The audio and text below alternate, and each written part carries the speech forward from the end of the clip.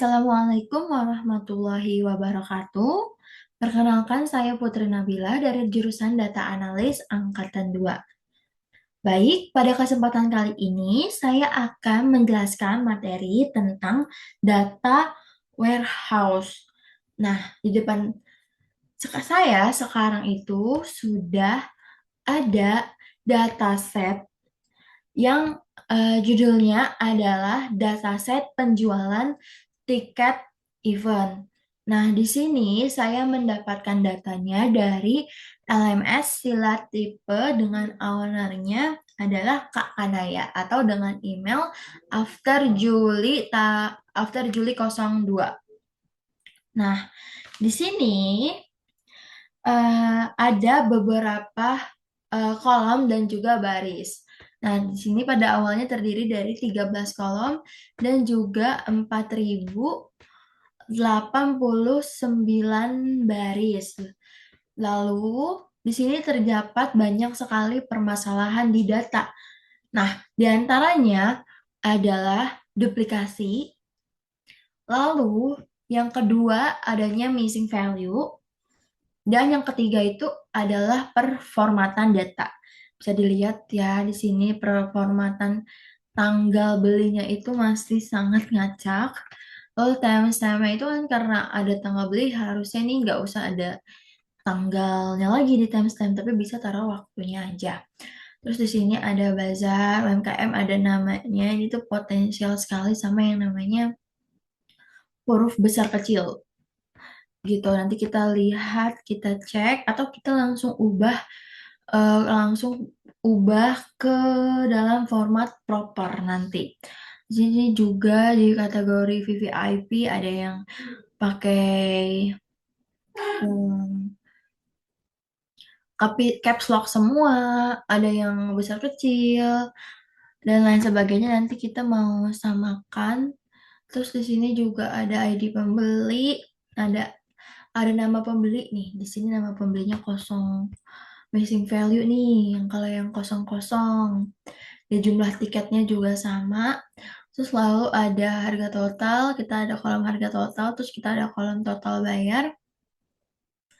Lalu kita ada metode pembayaran, kota event, dan juga ada status tiket. Nih ya, bisa dilihat nih formatnya sangat-sangat berantakan. Ada yang caps lock, ada yang capital each word, dan lain sebagainya. Kita akan rapihkan atau kita masuk ke mode data cleaning. Nah, nanti kalau udah di data cleaning, baru nih kita mulai ke validasi data dan juga load data bersih. Kayak gitu. Nah, caranya adalah untuk tanggal beli ini kan formatnya masih angka-angka apa ini gitu ya kan? Masih kayak seperti kode gitu. Nah, di sini kita bisa ubah aja tanggal belinya ke format tanggal. Nah, caranya kita tinggal block entire row kayak gini atau control shift down. Lalu ke bagian rebound, langsung kita ke sini. Lalu kita bisa langsung ubah ke short date. Nah, kayak gini nih short date-nya. Langsung keubah kan dan formatnya itu langsung sama semua. Selanjutnya, kalau misalnya mau diubah pakai strip juga bisa. Kalau misalnya nanti formatnya itu strip, enggak slash, kita ke more number format, lalu kita klik that. Ini udah yang strip. Oke, gitu. Kita pakai yang ini aja, yang slash. Nah, ini kan ada ID tiket. Jangan lupa kita urutkan ID tiketnya. ID tiketnya kita urutkan menggunakan short and filter, lalu A to Z. Spend section, oke. Gitu, ini kita memastikan aja nih kalau dari tiketnya itu urut. Yang ini juga urut berdasarkan ID tiket. Seperti itu. Nah, yang gak kalah penting sekarang kita mau cek duplikasi data. Caranya gimana? Kita cek Ctrl A, lalu kita ke ribbon style, lalu klik conditional formatting, lalu kita klik highlight cells rules, lalu kita duplicate values kita cek. Oke, di sini pasti ada nge-lag karena saya me cleaning 4.000 data. Di sini kita cek ya. Ini duplicate light red fill with dark red text. Jadi kalau misalnya nanti yang duplikat bakalan kena stabilo merah gitu. Lagi. Nah, duplikat ini fungsinya tuh untuk mencegah yang namanya duplikasi data. Nah, seperti ini nanti bisa di. Nah, selanjutnya kita bisa lihat nih di sini ada di rows atau baris ke-95 nomor TKT 0095 ini ada dua, dia tuh sama persis kan isinya. Nah, ini kayak gini-gini yang kita hapus, kenapa sih wajib dihapus? Karena nanti saat analisis, saat membuat laporan, dia nanti bisa membuat permasalahan di outputnya, nanti hasilnya jauh lebih tinggi di pendapatan, padahal kita nggak dapat segitu banyak. Tapi karena ada duplikasi seperti ini, jadi terkesannya kita dapat banyak banget. Dan ini tuh pasti karena ada 4.000 data pasti bukan cuma satu doang kan. Nah, makanya nanti di tab data atau di bar data nanti kita mau hapus nih si duplikatnya gitu.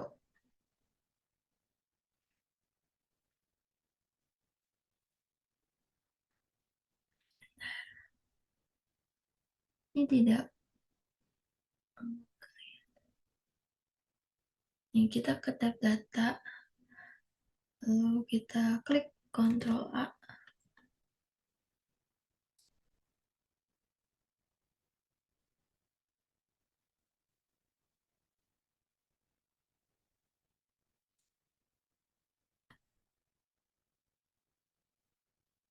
Ya, not responding. Pokoknya nanti kita ke tab data nih ya kan. Terus kita Ctrl A untuk ngeblok si ini nih, si table ini.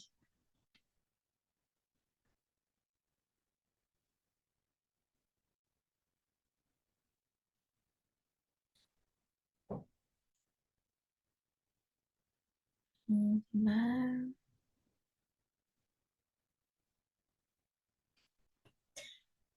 mohon maaf ini not responding ini.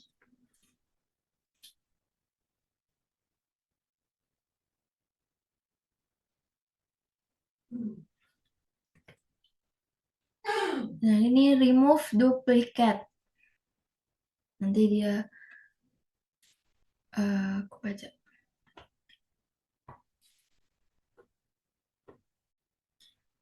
Oke.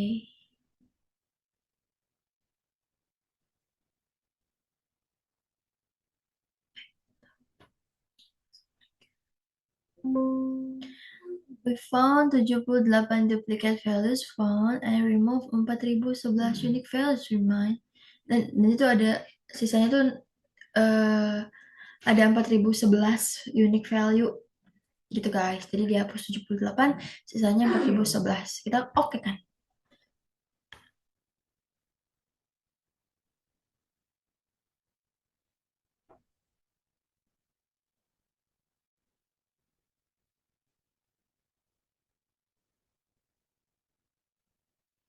Oke. Loading datanya dulu. Nah, ini kan udah nggak ada yang namanya duplikat di data ini. Lalu nanti kita clear ini nih, clear rules. Clear rules tuh bersihin si highlight merah bekas cek duplikat tadi. Ini kita Ctrl A, lalu kita ke home, ke ribbon formatting. Jadi kita ke ribbon for ke home, kita clear rules. Clear rules lah, that's all. Nah, ini udah kembali. Langkah selanjutnya adalah kita menghapus ini nih Lihat di sini ada spasi-spasi tidak penting gitu ya. Jadi nanti kita mau hapus nih si spasi-spasi tidak penting ini. Kita insert caranya, lalu kita masukin sini. Trim pakai formula trim, lalu kita blok dan kita kontrol, sorry, yes. Lalu kita enterin aja. Nah, jadi dia udah hilang. Lihat, ya kita klik di sini 2 kali. Nah, di sini nih, dia udah hilang. Caranya adalah kita tinggal pindahin ke sebelah. Tinggal Control Shift down, lalu kita Control C, lalu kita copy value di sebelah sini. Copy value. Nih. Oh, udah selesai. Lalu ini kita hapus aja. Di sini. Nah, tadi jadinya kategori. Sorry.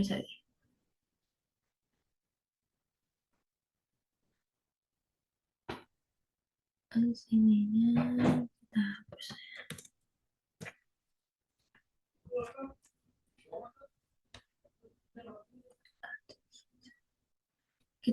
Kita delete di sini. Udah, inilah yang baru yang akan kita pakai. Nah, selanjutnya karena tadi kita udah bersihin ini wetcast, kita akan merapikan yang namanya kapital atau huruf-huruf nih di sini. Nah, cara merapikannya adalah dengan menambahkan kolom. Caranya menambahkan, sorry ini mau ditutup. Mau ditutup dulu.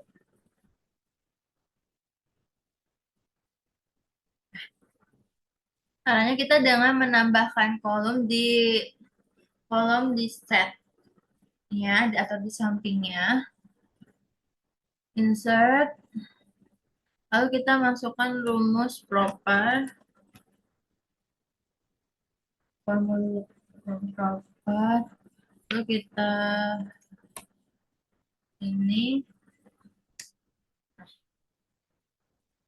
udah kan? Lalu kita tegak seperti ini. Lalu kita block shift down, lalu kita copy value di sebelahnya. Kenapa sih wajib di copy value? Biar nanti tuh datanya nggak berubah-ubah. Jadi, ya, Ctrl C, lalu kita ke atas.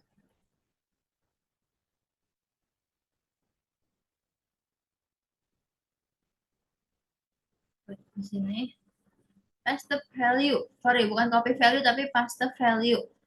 Nah, udah deh. Nah, di sini, kita Ctrl Shift, kita hapus. Sorry. Kita delete. Kita delete. Ini kebanyakan.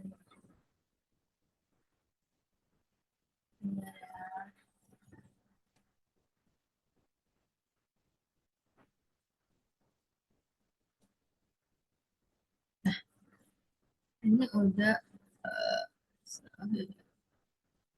udah ini kan besar kecil semua.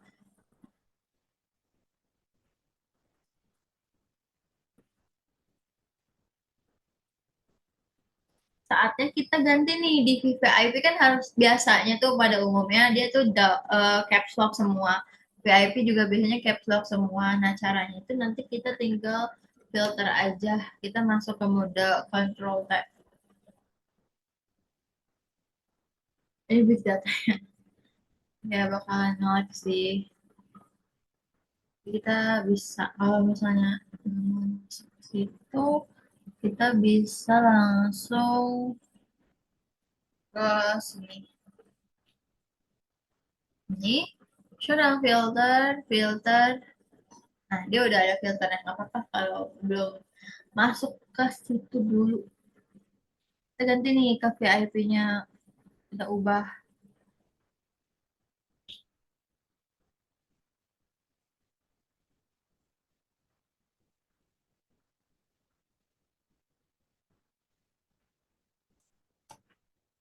Itu kita tinggal garis sampai bawah agar dia nanti berubahnya caps lock semua.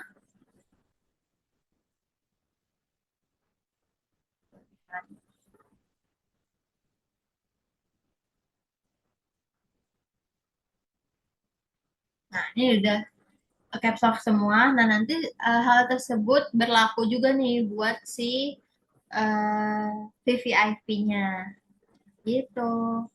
Nah, selanjutnya aku mau ngisi missing value atau data kosong di baris G atau di nama pembeli. Ini nggak boleh kosong ya, teman-teman.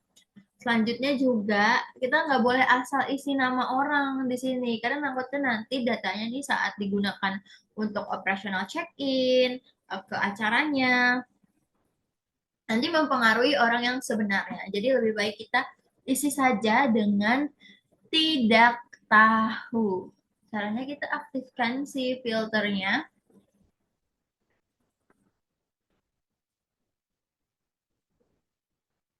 Ini kita aktifkan aja filternya.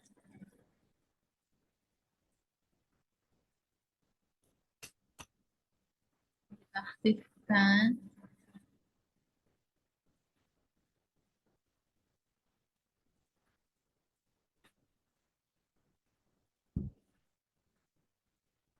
Jadi udah ada di atas filternya. Kita tinggal pilih yang blank. Tengah-tengah bisa. Masuk ke ini deh.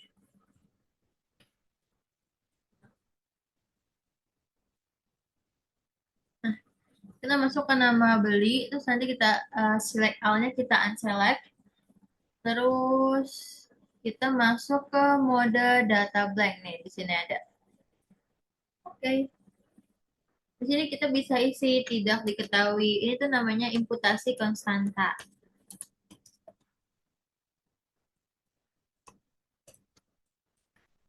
Udah, nanti bisa langsung di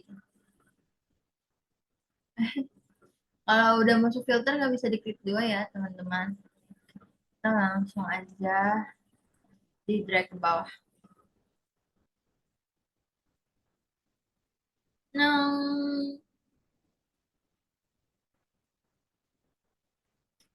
terus juga tadi kan ini kita lagi benerin si caps lock atau formatting huruf ya di konser di kategori tiket nanti di nama orang terus di metode pembayaran yang kategorikal juga tuh diperhatikan sih besar kecil formatnya seperti itu. Nah selanjutnya di sini juga ada missing value di jumlah tiket yang dibeli. Nah kalau yang ini caranya kita cukup estimasi dikira-kira nih tapi nggak boleh ngasal juga kira-kiranya ini kita tuh masih bisa biasanya kan kalau imputasi itu pakai median pakai average ya kan tapi kalau misalnya udah jumlah tiket udah masuk ke harga-harga itu nggak bisa asal teman-teman jadi kita harus penalaran juga nih kenapa kayak gitu sebenarnya kita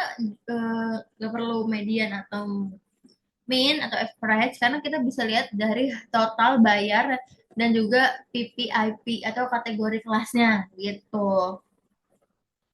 Kalau misalnya dia bentar ya, kita cari missing value di jumlah tiket di sorry, sorry. Kita pasang filternya itu di sini. Misalnya kita masuk ke pre-sale, oke. Okay. Terus di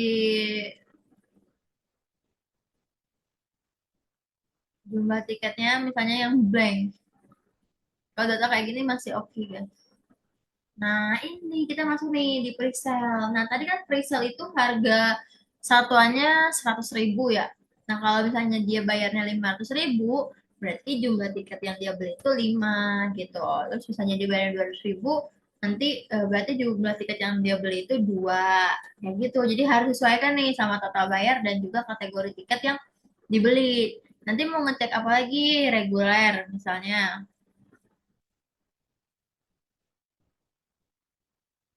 Nih, kalau reguler, berarti tinggal disesuaikan aja. Dia harga satuan tiketnya 150, terus dia bayar 750.000. Berarti kurang lebih dia beli 5. Tuh, kita isti ini 5. Kita pilih kalau misalnya 150.000, dia beli berapa, dan lain sebagainya. Oh, biar nggak pusing, nanti bisa dilihat harga satunya kita filter. Bisa difilter nanti dari harganya gitu. Itu untuk missing value jumlah tiket. Nah, kalau misalnya untuk kota event, di sini tuh tadinya ingin disesuaikan sama nama event kan, kayak misalnya konser musik Nusantara dia tuh ada di mana dan lain sebagainya. Tapi nyatanya pada data ini dia tuh ngacak. Jadi konser musik Nusantara itu ada di beberapa daerah. Nah, makanya biar kita tidak asal imputasi data, kita lebih baik isi tidak diketahui, dan nantinya kita bisa cari tahu lagi nih informasi-informasi yang kurang tersebut, kayak gitu dilakukan ulang pencarian informasi mengenai kota event, tadi juga nama pembeli gitu. Nanti satu tiket nih ya, format hurufnya itu masih berantakan, jadi lebih baik tadi pakai proper, dibetulkan lagi biar sama kayak ini nih kategori tiket lebih rapi gitu. Itu dia untuk data cleaning pada dataset penjualan tiket event. Nah, nanti kalau misalnya sudah oke, sudah di data cleaning, hasilnya akan seperti ini dia. Ini nih sebenarnya udah dikerjakan beberapa tugas gitu ya, tapi kira-kira nanti rapinya seperti ini gitu nih untuk ID tiketnya, terus nih tanggalnya, timestampnya juga tadi kan masih berupa tanggal ya, nanti bisa di short menggunakan ini nih di sini. Jadi lihat langsung ke time aja, nanti dia udah ter spesifikasi ke waktunya. Dan sama bazarnya juga tadi udah dicek formattingnya, kategori tiket udah dicek formattingnya, nama juga udah diisi tidak diketahui di kolom kosong, lalu metode pembayarannya juga sama udah dibutuhkan. Dan pasannya juga, kota eventnya juga udah diimputasi, dan juga si formatting hurufnya kita udah rapikan. Nah, di sini juga sama, udah dirapikan format hurufnya. Gitu deh. Selesai. Kalau udah rapi semua di validasi datanya, udah oke, kita langsung aja masuk ke data warehouse. Nah, teman-teman, di sini data warehouse itu ada dua, yang namanya ada tabel fakta dan juga ada tabel dimensi.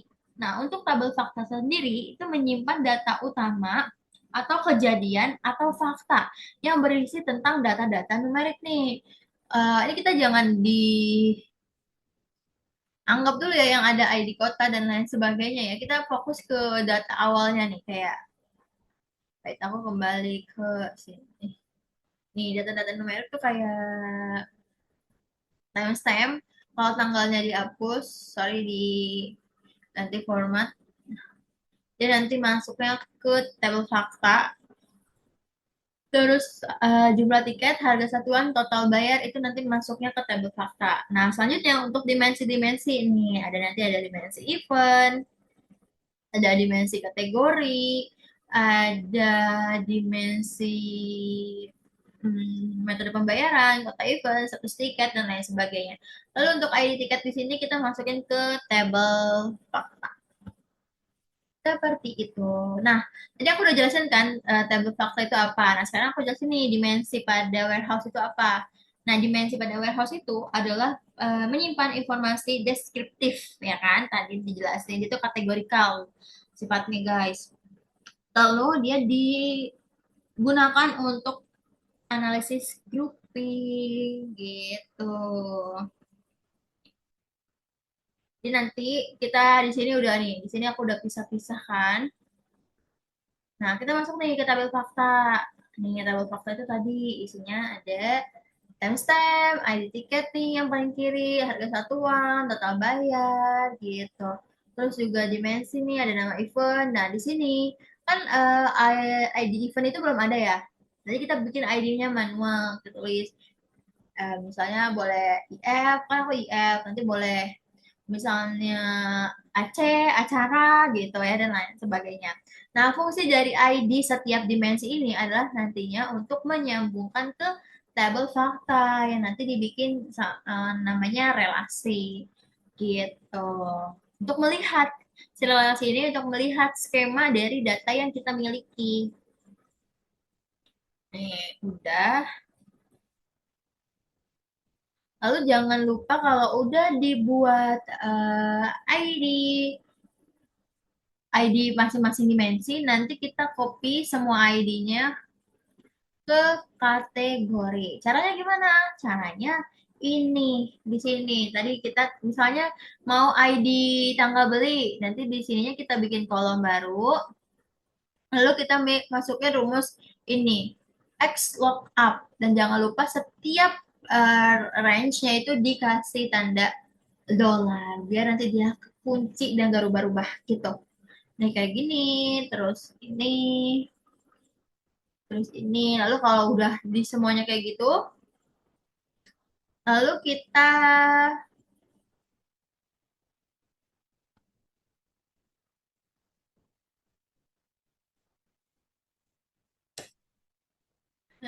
ini gimana?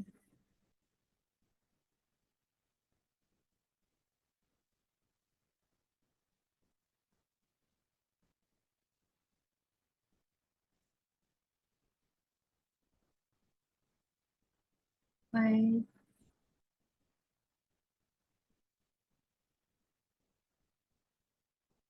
Nah, nanti kita buat ya. Lalu kita kalau udah kayak gini, kita masukin kita copy value, sorry, kita paste value di tabel fakta kayak gitu.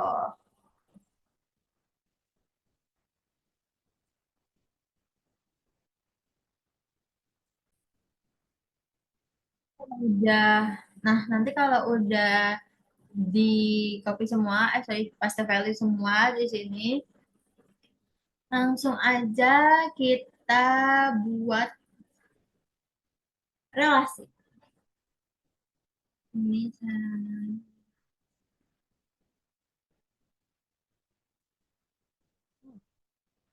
kita buat relasi di di data sini nih kita bikin relasinya. Kita masuk ke data model. Tapi sebelum itu kan di sini ada nama-nama ya, ada nama-nama file gitu. Nanti boleh diganti dulu nama-nama filenya biar nggak perlu ganti-ganti lagi gitu pasti data model. Kita shift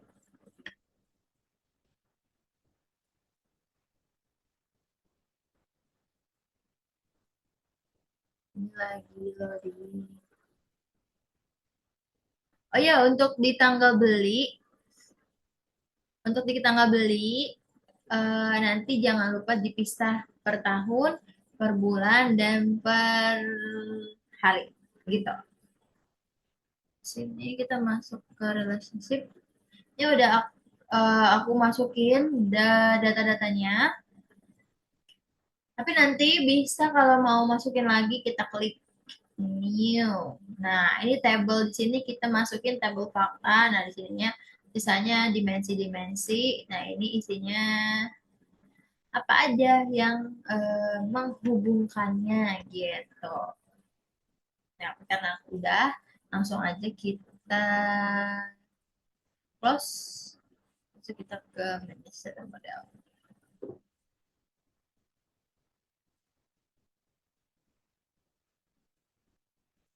Udah seperti ini nanti nih udah nanti jangan lupa kalau misalnya di sini belum ada namanya harus diisi eh, namanya.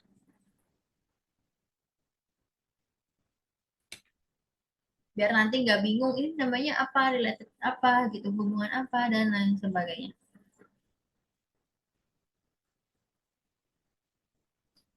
Terus kita bisa lihat ini diagram view nanti kalau udah selesai. Ini dia untuk skema yang kita miliki dari dataset penjualan tiket event. Lihat ya. Nah, jadi skema di sini itu ada dua. Ada yang namanya star skema dan juga snowflake skema. Dan yang kita miliki sekarang saat ini adalah star skema. Dia itu sederhana bentuknya. Jadi satu atau tabel fakta itu di depan, nah sisanya itu dimensinya nyambung ke tabel fakta itu secara langsung. Nggak ada tuh cabang dari dimensi kategori, cabang dari dimensi payment, dari sini sini nggak ada. Ini masih tergolong sederhana yaitu star skema gitu. Nah di sini relasi atau hubungannya adalah disesuaikan. Kalau misalnya kita lihat dari tabel fakta, berarti namanya many to one. Jadi juga many to one, many to one. Tapi kalau kita lihat dari dimensi, nah itu beda lagi. Itu namanya one to many. Jadi tergantung point of view kita lihatnya dari mana dulu. Seperti itu. Terus kalau misalnya nih aku kasih contoh, kan di sini ada dimensi kita lihat yang mana ya? Kita lihat dimensi event nih. Dimensi event itu kan dia itu relasi ke si tabel fakta. Penghubungnya apa? Penghubungnya adalah ID event yang tadi udah kita buat tuh, ya kan? Nah, apa maksud dari one to many di sini? Jadi, one to many di sini maksudnya adalah beberapa event itu uh, bisa diikuti atau bisa melalui beberapa transaksi dari event gitu. Atau satu transaksi itu bisa mewakili beberapa event gitu, transaksi yang ada di tabel fakta ini. Seperti itu dia. Oke, jadi udah selesai pembahasan tentang data warehouse. Kurang lebihnya mohon maaf. Wassalamualaikum warahmatullahi wabarakatuh.